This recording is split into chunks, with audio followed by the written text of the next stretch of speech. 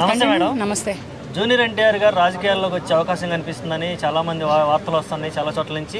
అలాగే కొడాలి నాని ఆధ్వర్యంలో మంతనాలు జరిపి సీక్రెట్గా ఒక పార్టీ పెట్టే ఆలోచన కూడా ఉందనేది ఒక వార్త ఉంది. దీని మీద ఎలా స్పందిస్తారు? రారు. జూనియర్ ఎన్టీఆర్ గారు రాజకీయాల్లోకి రారు.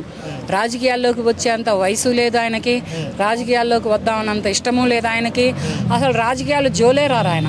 రాజకీయాల జోలి వచ్చే లెక్క అయితే ఎప్పుడో చంద్రబాబు నాయుడు గారిని కాకాబట్టేవారు, ఎప్పుడో ఇప్పుడున్నటువంటి మన పవన్ కళ్యాణ్ గారిని కూడా కాకాబట్టేవారు. ఈ అన్నిటిని పక్కన పెట్టి ఆయన సినిమాలేంటో, ఆయన సినిమా ప్రపంచం ఏంటో, ఆయన సినిమా లోకం ఏంటో తప్పితే ఈ రాజకీయ లోకమే కానీ ఈ రాజకీయాల జోలే కానీ రారు. ఆయనకి అసలు అంత వయసు లేదు.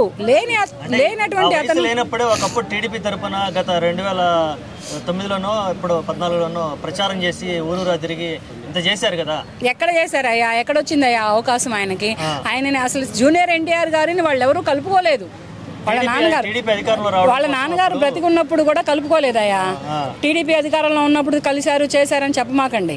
జూనియర్ ఎన్టీఆర్ గారిని చంద్రబాబు నాయుడు గారే కానీ తర్వాత మిగతా వాళ్లే కానీ వీళ్ళు ఎవరు కూడా కలుపుకోలేదు.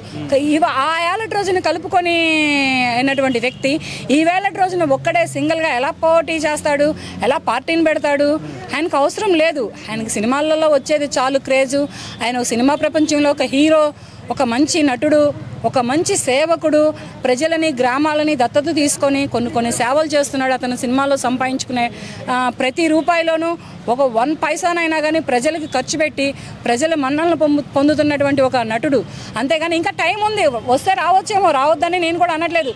ఇప్పుడు ఆయన వయసు అంతా అందరూ ఏమంటున్నారంటే ఆల్రెడీ పవన్ కళ్యాణ్ గారు 10 ఏళ్ల క్రితం పార్టీ పెట్టి ఇప్పటికి ఒక పదవి అందుకున్నారు. తర్వాత విజయ్ దళపతి గారు పార్టీ పెట్టారు. ఇప్పుడు ఇదే కోవలో కూడా ఇప్పుడు కానీ పార్టీ పెడితే నెక్స్ట్ 10 ఏళ్లలో ఏదో పదవి వస్తుంది, సీఎం అయ్యే ఛాన్స్ ఉంటుంది అనేది ఫ్యాన్స్ యొక్క వాదన.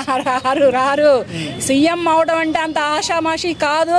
సినిమాల్లో హీరోగా ఎదగడం అంటే కూడా అంత ఆషామాషి కాదు. నేను సీఎం అవడం అంటే వెనక మళ్ళీ కుర్చేసుకొని తిరగడం అనుకుంటున్నావా ఏంది? రాబోయే 10 ఏళ్లలో సీఎం అవడానికి పవన్ కళ్యాణ్ గారు ఏమయ్యారా? 10 ఏళ్ల బట్టి పెట్టారు, ఏమయ్యారు? ఇప్పుడు పవన్ కళ్యాణ్ గారు పదవి ఏంటి? సీఎం అయ్యారా? ఇంకా డిప్యూటీ సీఎం అయ్యారు. వచ్చినామంటే అయిపోయాడు. ఆ సీఎం కుర్చీ ఎంటగట్టేశారా ప్రజలు? ఆయన ముట్టి కింద ఉంది ఆ సీఎం కుర్చీ. 10 ఏళ్ల తర్వాత డిప్యూటీ సీఎం అయ్యారు. ఈ 5 ఏళ్ల తర్వాత సీఎం అవుతారో లేదా డిప్యూటీ సీఎంగా కంటిన్యూ అవుతారో తెలియదు. సీఎం అవడం అన్నా, సినిమాల్లో హీరో అవడం అన్నా ప్రపంచానికి కనపడేంత రంగుల ప్రపంచం కాదు, ప్రపంచంలో తిరిగేటంతటువంటి రంగులు కాదు.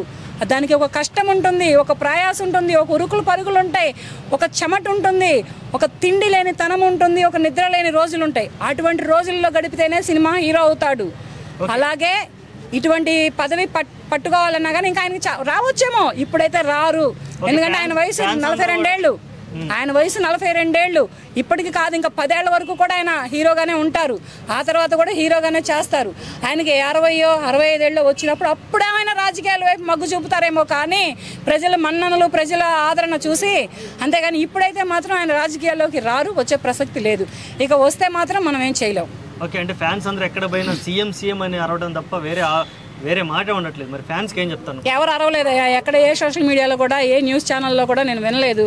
ప్రజలు సీఎం జూనియర్ ఎన్టీఆర్ గారని అరవడం నేను ఎక్కడా చూడలేదు, వినలేదు కూడా. అసలు ఫస్ట్ నుంచే ఇతనిని ఆ కుటుంబాలలో తీసుకున్నటువంటి వ్యక్తి ఎవరో ఒక వ్యక్తిని పట్టుకొని ఈయన ఎలా అవుతాడయ్యా సీఎం, ఈయన ఎలా వస్తాడయ్యా రాజకీయాల్లోకి అని జరగని మాటలు.